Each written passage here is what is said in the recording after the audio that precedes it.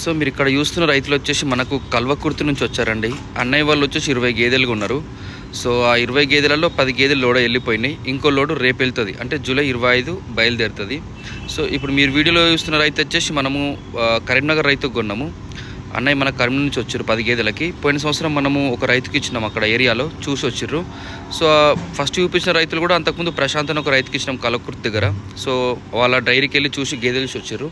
ఇలా ప్రతి ఒక్కరికి ఎక్స్పీరియన్స్ ఉంది. ఒక్కొక్కరికి 40-50 గేదెలు ప్రజెంట్ వాళ్ళ షెడ్లో ఉన్నాయి. సో 6 రోజుల నుంచి నేను వీడియోలు పెడతలేను అంటే కారణం అర్థం చేసుకోండి ఎంత వర్క్ బిజీగా ఉంటుందో. సో మొత్తం మీద 50 గేదెలు కొనడం పూర్తయింది. ఎవరైనా హర్యానాలో 5 లేదా 10 గేదెలు కొనడానికి సిద్ధంగా ఉన్న వాళ్ళు మాత్రమే కాల్ చేయండి. సో ఇది వచ్చేసి విజయవాడకు వెళ్ళిన బండి అండి. అన్నయ్య వాళ్ళు చెప్పాను కదా, వెటర్నరీ డాక్టర్ 10 గేదెలు కొన్నారని చెప్పి. సో ఈ అన్నయ్య వాళ్ళకు లోడ్ అయింది, బండి వెళ్ళిపోయింది.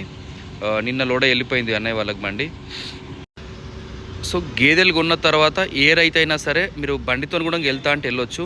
మనం వెహికల్తో చాలా సామాన్ పంపిస్తాము, గడ్డి, దానా, మెడిసిన్, అవి ఎంత ఉంటుంది అనేది కూడా మీరు చూసుకోవచ్చు.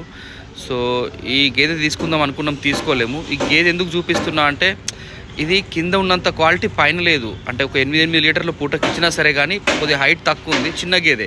చాలామంది మాకు సైజులు కావాలి, బ్రీడ్ కావాలి అని మాట్లాడతారు కదా. సైజులకి వెళ్ళి పాలు రాదు బ్రదర్, బ్రీడ్లకి వెళ్ళి పాలు వస్తుంది. ఇది ప్యూర్ బ్రీడ్ అని మీరు అర్థం చేసుకోండి. సో ఇది వేరే వాళ్ళు కొన్నారు, మనం కొనలేను. ఈజీగా ఒక 8 లీటర్ల కెపాసిటీ.